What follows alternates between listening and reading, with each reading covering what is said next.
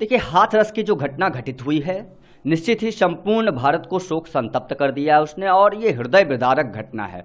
अब चूंकि ऐसे भगोड़े बाबा जिनकी वजह से यह घटना घटित हुई, वह स्वयं को कह रहे हैं कि भगवान मुझे संबल प्राप्त करवाए जिससे मैं यह दुख सहन कर सकूं। यदि ये दुखी होता तो ये शासन प्रशासन के समक्ष आता और इस प्रकार से भागता ना, ये प्रशासन को गुमराह करने का काम न करता। ये जिस प्रकार से शासन प्रशासन को संपूर्ण भारत के आंखों में धूल झोंक रहा है और गुमराह कर रहा है और स्वयं को विश्व साकार हरि बताता है, नारायण बताने का काम करता है, साक्षात ब्रह्मांड का नारायण बताने का काम करता है, ऐसे लोगों की वजह से ही सनातन पर निरंतर आक्षेप लगते हैं।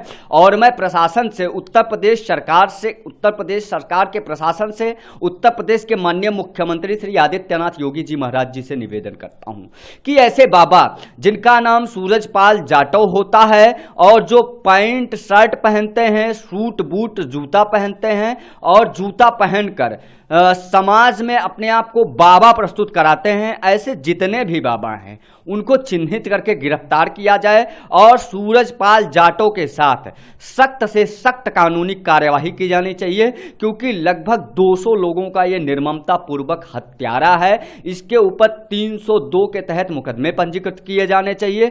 कड़े कानून के साथ जितने भी मुकदमे बन पड़े इसके ऊपर डालने चाहिए। ये पूरे प्रशासन के खिलाफ, पूरे समाज के खिलाफ, पूरे सनातन धर्म के खिलाफ, पूरे भारत के खिलाफ, समाज के खिलाफ इसने षड्यंत्र रचा है। और ऐसे लोगों को मैं मानता हूं ना तो ये शोक संतप्त होते हैं, चूंकि ये व्यवसायी हैं, इनको किस प्रकार से निजी तौर पर फायदा हो वो उसी के लिए काम करते हैं। ऐसे लोग जब बख्शे जाएंगे तो निश्चित ही समाज के लिए जान माल का खतरा बनते हैं। वहाँ सत्संग करने वाले जो सूरज पाल या भोले बाबा के नाम से प्रसिद्ध हैं, और उन्होंने जो 2 जुलाई की जो घटना हुई और क्यों हुई इस बात को देख करके और सुन करके वो वहाँ से भाग गए और भूमिगत हो गए।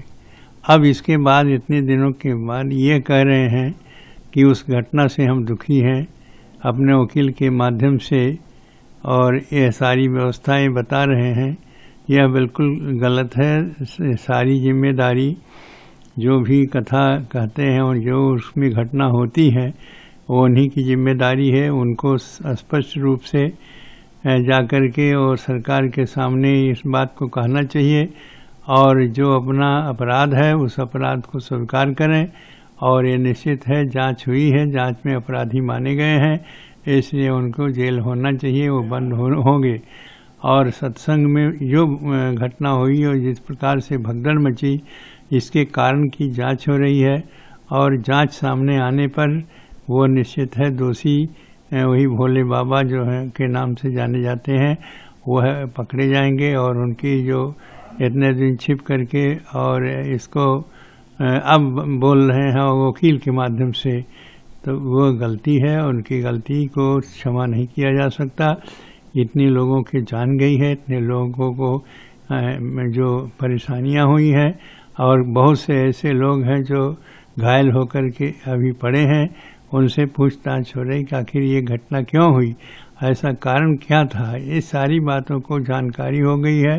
अब वो भाग करके और छिप करके नहीं जा सकते, और जो छिप करके बैठे हैं उनको सामने आए और सामने आने के बाद अपनी जो उनकी अपराध है, जो गलतियां हैं, उसे स्वीकार करें और जिसके आधार पर कार्यवाही उस पर सरकार करे।